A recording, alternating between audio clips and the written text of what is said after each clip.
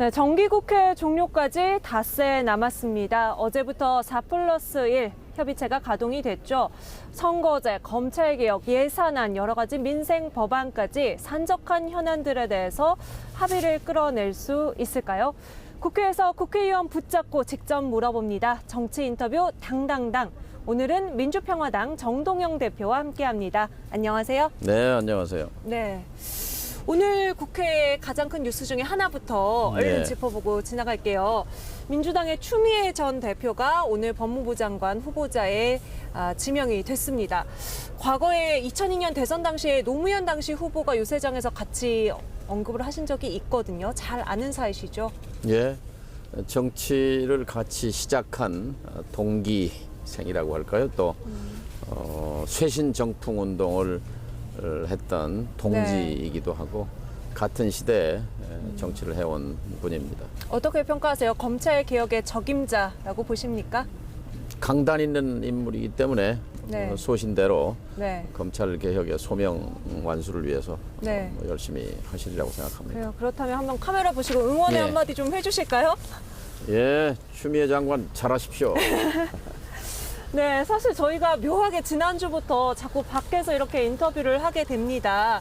민주평화당 천만농성 시작하신 지 지금 며칠이나 됐죠? 지난주 목요일이니까 꼭 일주일 됐고요. 또 작년 12월 3일 날 천막 쳤으니까 1주년이에요. 근데 작년에 천막 칠 때만 해도 되겠나, 선거제 개혁 되겠나가 압도적이었어요. 그런데 이제는 되긴 된다 하고 돼 있죠. 이제 내용이 문제죠. 네, 그 기자회견을 하실 때 연동형을 도입하라 이 구호가 정동형을 도입하라 이렇게 들린다는 말이 있어요. 아마 당내에서 나온 이야기인 것 같긴 한데요. 연동형 계속 하다 보면 정동형 비슷하게 들린다 그래요. 즉석 연동형 삼행시 한번 해볼까요? 하실 수 있어요? 예, 연동형 선거제는 정동형이 앞장선다. 동절기에 선거제 투쟁 관철하자. 형형색색 전진하여 승리하자. 미리 준비해 오신 것 같은데. 네, 요즘에 야3당의 집회 발언 내용을 보면 사실은 한국당보다는 민주당에 던지는 메시지가 강하지 않나 이런 생각이 들거든요. 신념, 철학 이게 안 보인단 말이에요. 그러니까 민주당이 지금 선거제에 대해서 보면 그냥 마지못해서 따라오는 거예요. 특히 어떤 부분을 볼 때 그렇습니까? 아니 지난 한 달 동안 공수처에 대해서는 10번, 20번도 더 강조해요. 근데 선거제에 대해서는 의지를 안 보여요. 그래서 확고한 신념을 갖고 하라 하는 그런 촉구지요. 지금 민주평화당의 기본 입장은 뭡니까? 너무 많아서 이제 당이 많다 보니까 국민 여러분께서 헷갈리실 것 같거든요. 민주평화당은 선거제 개혁의 저작권자입니다. 그러니까 제가 작년 8월에 전당대회에서 선거제 개혁의 당의 운명을 걸겠다고 했을 때 아무도 안 믿었어요. 근데 어쨌든 대통령의 화답을 끌어냈고 예산 연계 투쟁을 통해서 세력화를 했고 패스트트랙으로 갔고 그리고 이제 내일 모레 통과를 앞두고 있잖아요. 기왕 바꿀 거면 87 체제 1987년에 우리 시민들이 일어나서 전두환 독재를 끝장내고 대통령 직선제 그리고 소선거구제로 30년 왔어요. 문제점이 드러났어요. 뭐가 문제냐? 양극화, 불평등이 이제 못 견딜 정도란 말이죠. 그러면 이제 2020 체제로 가야 된다. 국회 구성 방식을 바꾸고 헌법도 바꾸자 하는 게 민주평화당의 기본 입장입니다. 지금 민주당은 그러면 250대 50석 가장 합의 가능성이 높아 보인다고 거론되는 그 안에는 동의하십니까? 동의 안 합니다. 왜냐하면 현재 253대 47인데 세석 줄이자고 그 난리를 쳤습니까? 이건 아니죠. 국민들께서는 이것을 국회의원 밥그릇 문제로 보는데요. 절대 아닙니다. 이건 약자의 밥그릇 문제예요. 약자의 밥그릇. 그러니까 3년 전에 촛불 들었을 때 핵심적인 구호가 뭐예요? 나의 삶을 개선하라는 거예요. 나의 삶이 개선됐습니까? 세상이 바뀌었습니까? 안 바뀌었잖아요. 정치는 더 나빠졌어요. 그럼 어떻게 되느냐? 이 나의 삶을 개선하라는 절박한 요구를 하고 있는 사회 경제적 약자들의 밥그릇을 국회에 마련해야 한다. 의자를 만들어줘야 된다. 여기는 특권 귀족층만 들어와 있는 국회예요. 이것을 청년이 청년당 만들어서 소상공인이 네. 소상공인당 만들어서 농민이 농민당 만들어서 환경운동하는 사람들이 환경운동당 만들어서 국회에 들어올 수 있게 네. 그래서 대한민국의 약자들도 이 국회라는 대한민국이라는 식탁에 앉을 수 있도록 의자를 놓아라 하는 얘기예요. 예. 그런데 250대 50 그냥 신용만 하는 거죠. 더 그렇죠. 비례대표석을 더 늘려야 이거는 된다. 문재인 대통령이 의지를 가지면 할 수 있는 거예요. 제가 대통령이라면 그렇게 하겠어요. 그런데 또 이해찬 대표가 신념과 의지를 가지면 그렇게 하겠어요. 제가 여당 대표라면 그렇게 하겠어요. 네. 뭘 그렇게 망설이고 그러는지 저는 이해할 수가 없습니까? 과연 왜 정치를 그동안 수십 년 해왔는가? 이제 결정적인 시기가 도래했는데 2020 체제로 가자 하는 네. 것이 제 생각입니다. 지금 자유한국당에서는 연동형 비례대표제 자체를 반대하고 있기 때문에 좌파 독재 그러는데요. 말도 네. 안 되는 얘기고 시대착오예요. 자유한국당 사람들은 지금 이대로가 좋다는 거잖아요. 시청자 여러분, 이대로 좋습니까? 대한민국 정치? 네. 아니, 나연수 기자님, 이대로 좋아요? 이대로 좋다는 게 자유한국당의 시대착오적 입장인 거고 네. 이거를 정치를 전복하자, 네. 정치를 송두리째 바꾸자 네. 하는 것이 연동형 비례로 제대로 하려면요. 네. 253석 플러스 150석, 네. 400석 정도는 돼야 된다는 게 시민사회 원로들의 주장입니다. 예. 연동률을 줄이는 문제에 대해서 여쭤보려고 했는데 그건 말도 안 되는 없는 얘기죠. 것 같아서 어림도 없는 얘기예요. 예, 여쭤보지 않고 넘어가도록 하겠습니다. 여기서 경계할 것은요. 더불어민주당이 자유한국당과 짬짬이를 시도하는 거예요. 그거는 망하는 길입니다. 어떤 걸 보고 자유한국당을 그렇게 이렇게 느끼십니까? 끌어들여서 연동률 낮춰줄 테니까 들어와라 타협하려는 거 그건 말이 안 되는 얘기고요. 네. 그거는 정말 정권에 경고합니다. 만일 그런 일이 빚어지면 국민들이 심판할 것입니다. 네. 그리고 이미 지난번 11월 달에 청와대에서 여야 5당 대표 회동 때 대통령 앞에서 싸웠어요. 예. 고성을 지르고. 그때 증명된 거예요. 이미 자유한국당과 무슨 협상이나 합의를 해서 이 선거제 처리하기는 불가능하다 하는 게 네. 이미 판명 난 거라고 생각합니다. 네. 최근에 이번 주 초에 종로 피막골에서 정동영 대표 선거제는 다 봤다는 했어요. 이제. 예, 선거제 이야기 더 하고 싶으십니까? 조금 뭐 못다한 이야기 아니요, 있으시면 예. 1분 정도 시간을 드릴게요. 예, 그래서 선거제는 예? 선거제는 정말로 국회의원 밥그릇이 아니라 예. 약자의 밥그릇입니다.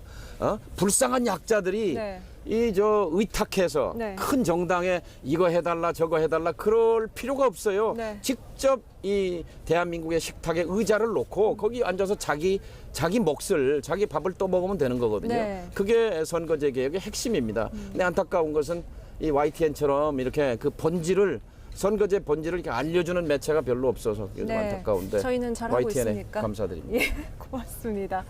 소상공인 이야기도 하고 싶다고 하셨는데 예. 시간을 빨리 진행해야 되겠습니다.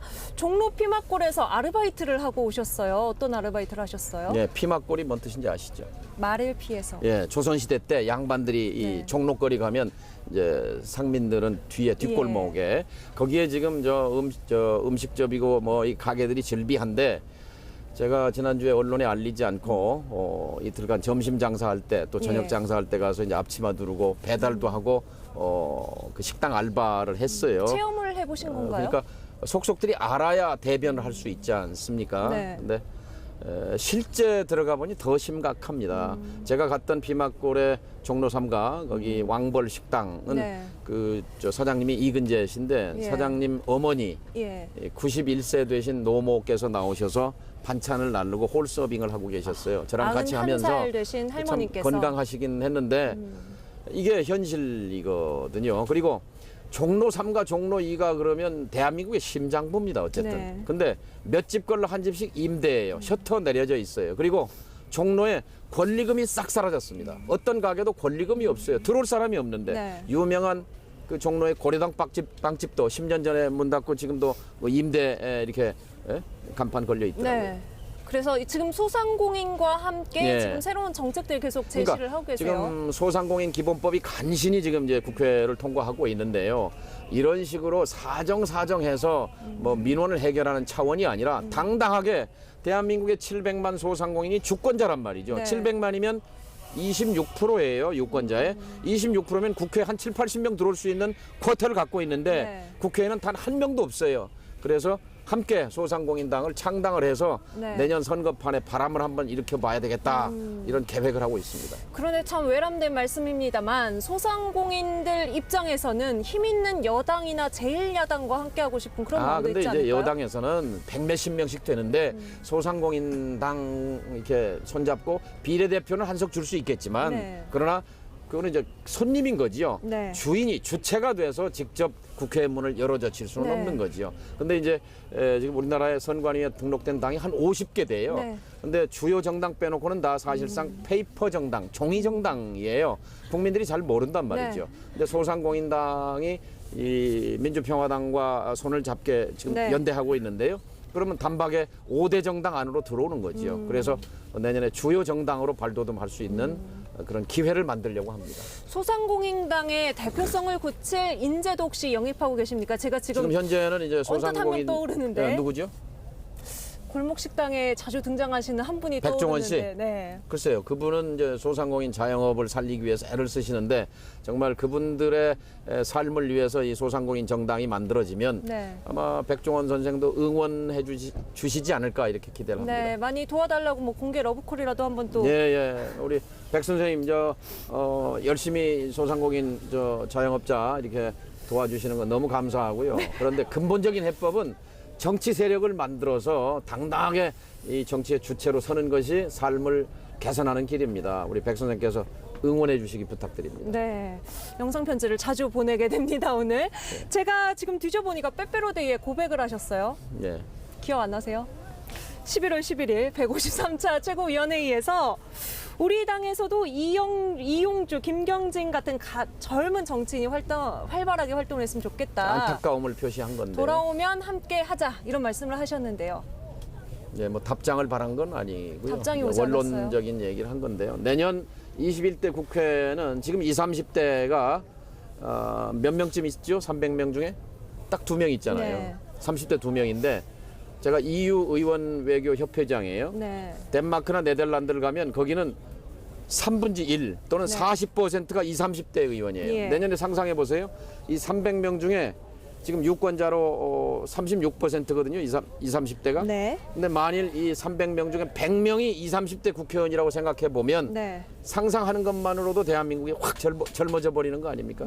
바로 그것이 선거제 개혁의 핵심인 거죠. 예, 지금 그런 취지에서 한 얘기죠. 민주평화당 의석수가 5석. 5석. 너무 적지 않습니까? 적죠. 내년에 교섭단체를 만들어야죠. 네, 지금 이제 민주평화당에 대해서는 호남당 또는 전라북도라는 좀 지역적 한계에 갇혀 있는 것 아니냐 이런 지적이 많거든요. 모든 정치는 로컬이다 뭐 그런 유명한 말이 있어요. 모든 정치는 지역에서 시작한다는 거죠.